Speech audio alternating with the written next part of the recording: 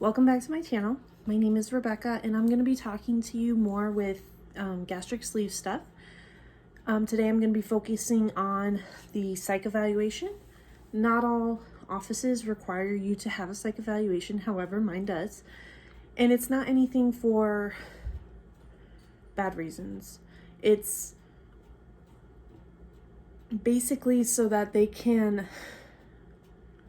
make sure you're doing this for the right reasons and then you're not being forced into doing it, and you have a good support group behind you and you don't think that this is just, oh, I can get this done, then I don't have to follow any of the rules.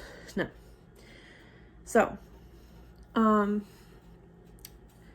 they assigned me a doctor. I have a lot of paperwork I had to fill out, and then before you even talk to them, you have to submit all the paperwork to the doctor. And then I'm just going to go through kind of the paperwork of the questions and stuff like that, and then I'll talk to you about my interview, and that'll be it for this episode, okay? So, you go through your bariatric surgeon, make sure they don't have a specific one that they want you to see, but mine did, so that's all right. And then you do have to pay, like I had to pay out of pocket to see him. I think it was, I want to say it was just like $75. And it was a telephone, because of COVID still. Mine was a telephone consultation. So, one of the first things is just basic information, your name, your insurance, stuff like that. Then it goes into informed consent, and it's basically like a confidentiality agreement. However, it does have a clause in there that says, you know, if the doctor thinks that anything is dangerous to you or to others, that he can share that information, as well as share information with your bariatric surgeon. Then it goes into a self-assessment, and it gives you a bunch of concerns that might apply to you. And let me see, 1, 2, 3, 4, 5, 6, 11, 12, 13, 14, 15, 16, 17. So it gives you about 34 different items. And they basically have you put like an X next to them to check off anything that applies to you. It goes from anything like low energy, depression, worthlessness, low self-esteem, sleep disturbance, anxiety, unpleasant thoughts,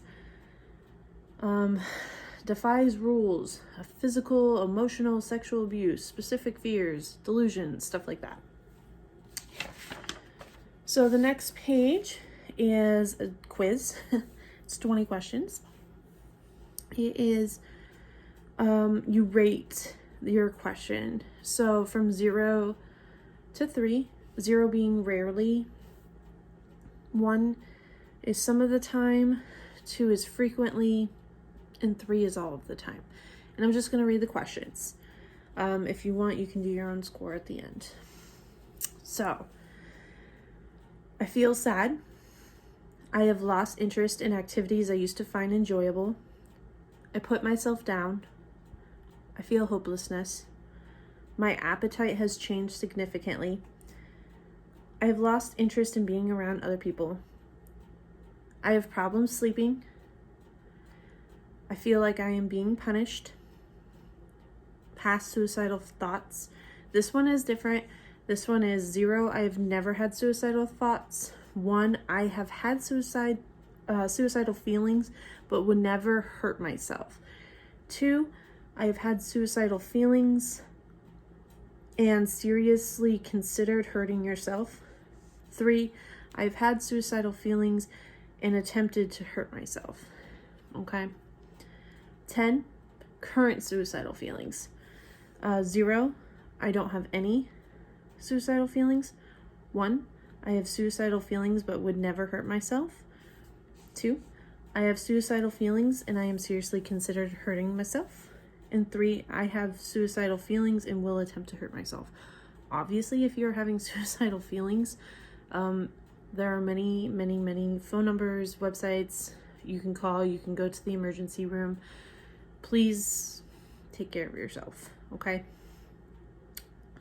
11, question 11. It is a struggle for me to get through my day. Question 12. There are specific situations in my life that make me feel sad. 13. There are specific situations from my past that still trouble me a lot. 14. My sadness seems to have a life of its own and is unrelated to how things actually are in my life. 15. I use drugs to make myself feel better. 16. I use alcohol to make myself feel better. 17. The people who know me best notice that I haven't been myself lately. 18. I cope with the stress in my life. This one, again, the numbers have changed. So it would be 1. Coping is effective. 0. Coping is effective. No obvious problems. 1. So-so. Some good days, some bad days. 2. Not very well. It creates problems. 3. Poorly. I am constantly digging myself out of a hole. 19. When I do experience problems in my life, I, 0, cope pretty well. 1. Depends on the problem. I can get overwhelmed pretty easily. 2. Frequently get overwhelmed by common stress. 3. Do not cope well at all and end up creating more problems for myself. Question 20. I am satisfied with what I am accomplishing in my life. Okay.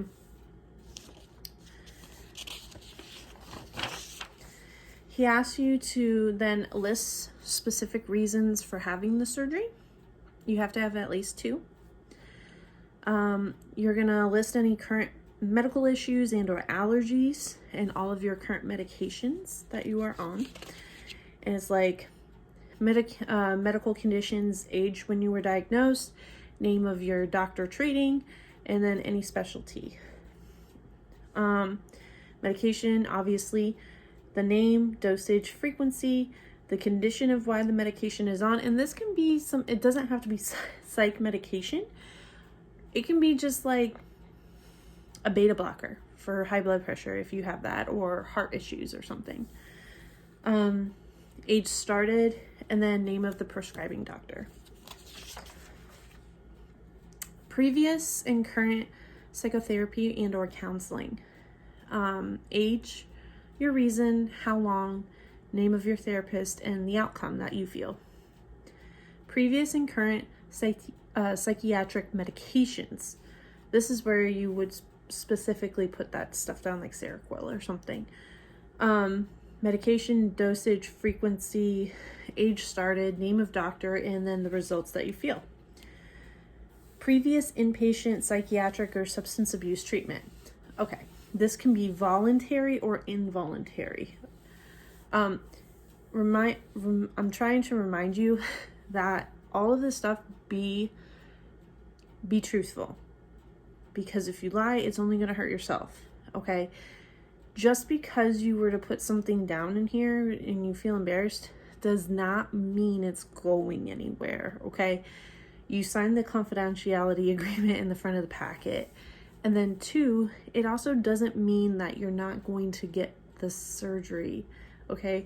They're not going to withhold that from you, but they're going to work with you, okay? There might be some things you need to talk about before you get the surgery so that you can succeed after.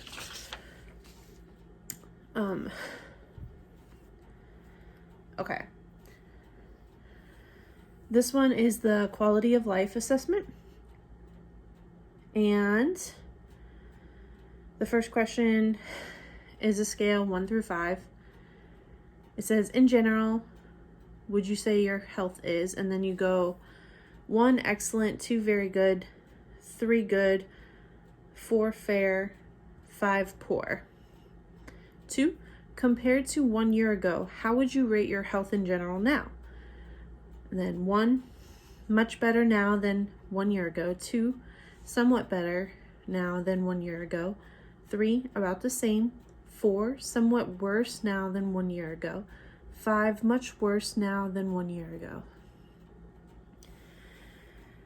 All right, so the next one, more scale questions. Yay! So It's a 1 to 3 scale. 1 means yes, limited a lot. 2, yes, limited a little. 3, no, not limited at all. Okay, so vigorous activities such as running, lifting heavy objects, participating in strenuous sports. Then you 1, 2, or 3. Like, you'll find your scores out all at the end.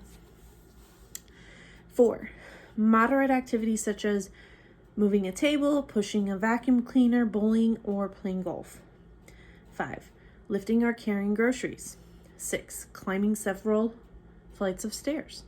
7, climbing 1 flight of stairs. 8, bending, kneeling, or stooping. 9, walking more than a mile. 10, walking several blocks. 11, walking 1 block. 12, bathing or dressing yourself. Okay. So it said the following items are about your activities you might do during a typical day. Does your health now limit you in these activities? So that's why you were circling the number for it.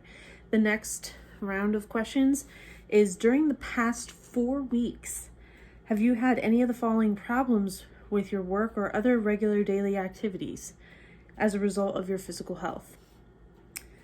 So 1 is yes, 2 is no. Has it cut down the amount of time you spend on work and or other activities? Accomplished less than you would like? Were limited in the kind of work or other activities? Had difficulty performing the work or other activities? For example, it took extra effort.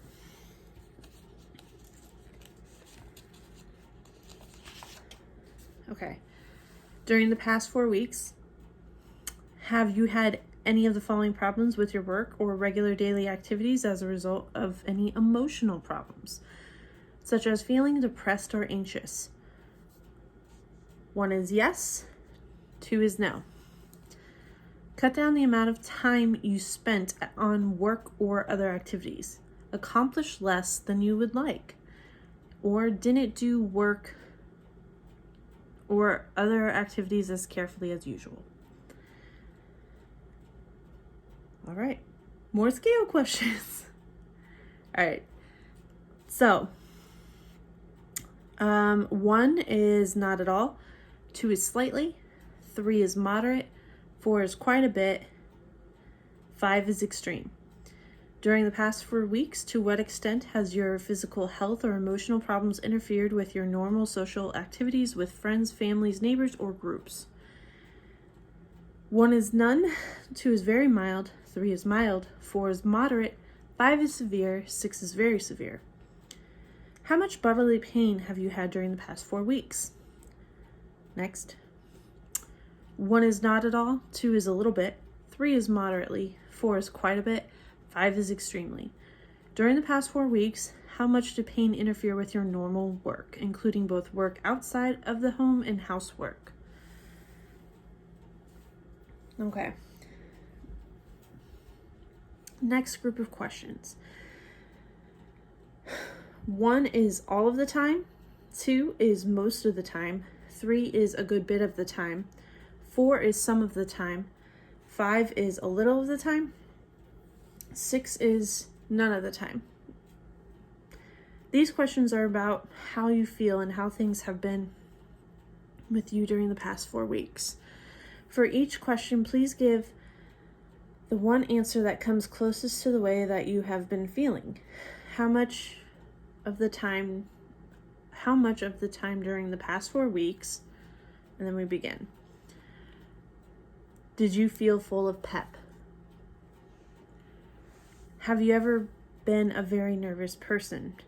Have you ever felt so down in the dumps that nothing could cheer you up? Have you felt calm and peaceful? Did you have a lot of energy? Have you felt downhearted and blue? Did you feel worn out? Have you been a happy person? Did you feel tired? Okay, 32. During the past 4 weeks, how much of the time has your physical health, or emotional problems interfered with your social activities, like visiting with friends, relatives, etc. 1, all of the time. 2, most of the time. 3, some of the time. 4, a little of the time. 5, none of the time. The next set of questions is true and false, but with a twist. It's a scale question. I love scale questions so much, apparently, that they wanted to give them all to me. Okay. So one is definitely true. 2 is mostly true.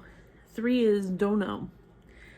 4 is mostly false. And 5 is definitely false. All right.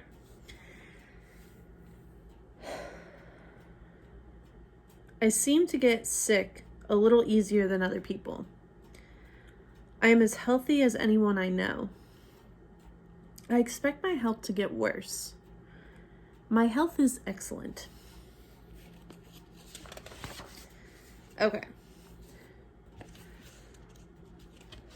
The next bit of questions are true, false, or not applicable. So this should go fast. True, false, not applicable. I have a good support system in my life. I have good relationships with the people closest to me. There is someone in my life who sabotages my attempts to eat healthy. Currently, I have a great deal of conflict in my life. Some of my family members are opposed to my weight loss surgery. I have family members with significant mental health issues. I have good support with my husband-wife partner. My family is dealing with a lot of stress these days. I've discussed changing eating habits with my family. I worry a lot about what others may think about my weight loss surgery. It's very likely that when I lose weight, my wife, husband, partner will feel insecure about our relationship. I do not have any friends who will support me. There are family members who require a great deal of care from me. I have talked with someone who has had weight loss surgery. I am 100% committed to accomplishing my goals. I worry about my health. I expect that my life will be perfect after I lose weight and feel healthier. I wish my life is perfect. Please.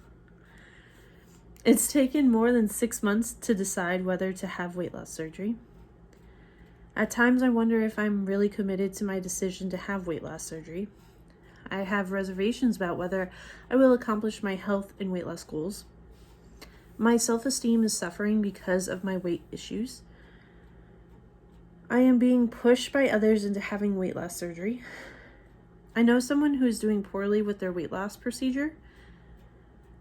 I am afraid that if I don't take some action right now to lose weight, I will have serious or life-threatening problems. In some ways, I hold others responsible for my weight issues. I am extremely well educated about the weight loss procedure I am having. I am very sensitive to being criticized about my weight. I exercise often. I feel trapped into having weight loss surgery because of my health issues. There are issues which prevent me from exercising. I know someone who is doing well with their weight loss procedure. I often feel depressed. I take medications to improve my mood or calm me down. I have been hospitalized for psychiatric care. I feel emotionally stable. I am having memory problems. I tend to break the rules. I'm not coping very well with the stress in my life. I get angry often. My anger creates problems for me. It's hard for me to think clearly these days. I often feel helpless. I experience chronic pain. I worry a lot. Being impulsive creates problems for me. My life is very stressful. I think everyone especially after 2020. Sure. I frequently use alcohol to make me feel better. When things get rough in my life, what I am going to eat is the last of my concerns. My personal relationships can be quite rocky. There are situations in my life that are causing a great deal of anxiety. I am a very persistent individual. I tend to overreact to physical problems. I had a stable childhood. I get discouraged easily. My mood swings concern me. My husband-wife partner has a drug or alcohol pattern and problem. Okay, so you fill those out. They give you the number to fax it. And then they schedule your phone call and or if you go in and visit. I did my phone call. It was about 30 to 40 minutes long. I remember I just took lunch break and I told my manager, I'm like, oh, I have a doctor's phone call, so I'm just going to take my lunch break and do that. And they were cool about it. The doctor was very nice and basically went through some things that he saw that need to be talked about. He really stressed that I understood what was going to happen. I understood this is a life choice, not a now choice. That I had a support group behind me. He talked about the strength of my relationships. As you know, this is my second marriage and third really serious relationship. And just basically where we were to make sure that I had somebody to support me. He talked about how sometimes, people don't realize that this also affects your partner. So to make sure you guys are just kind of strong together and that, your partner is going to have some lifestyle changes too, whether they like it or not. I mean, my husband loves steak. And now, he can't go out and he loves to cook steak and he can't go out and just buy all these steaks and then just make me this ginormous steak. Like, I'm not going to be able to eat that anymore. But I understand that. Like, I'd be like, hey babe, just get one steak. Okay. And then just cut off a little for me. But it's a process. So, I mean, definitely things will change there. And, if you're worried about whether or not your husband, wife, partner will still love you after the surgery, because you're losing weight, you're changing, your whole body's changing, your hormones are changing. That's something you kind of have to get out of the way now before any of this. And I had that talk with my husband. And I was like, hey, does this sound like a good idea? And he basically just kind of supported me with it. If that's what I wanted, then to make sure I did it. He's like, if that's what you need to do, then I would rather you do it so that you're happy and healthy. And when I explained my rationale is, yeah, body image is a lot. I mean, he still would love me if I looked like I do now or if I was skinny. But it's for me, but it's also for the future me. And it's also for our kids we don't have yet. So that's just one of the things for me. It went really, really well when I talked to him. We hit, like I said, all the highlights. He talked to me about some specific stuff, which I'm not going to mention because everybody has their issues. But he basically said that he signed off and that he's going to give the paper to the office so that the office would have the results, and then I would be good to go from there. So that's all I have for you about your psych evaluation study. I'll do a couple more videos just as we go along, you know, making sure that we hit everything so that people are aware. But for right now, just focus on some of those questions. Think about it. Think about what your answers would be. Not because I want you to make stuff up, but I want you to be truthful. Because it really is only going to hurt you if you're not. And you already spent so many years hurting your body by becoming this big. Like, why would you want to go into this, you know, new life, this new way of life, already in a lie, already hurting yourself? Maybe not physically to your body, but emotionally and mentally. So, I don't know. For right now, just be strong, be brave, be beautiful, but most importantly, be you, okay? Bye, guys.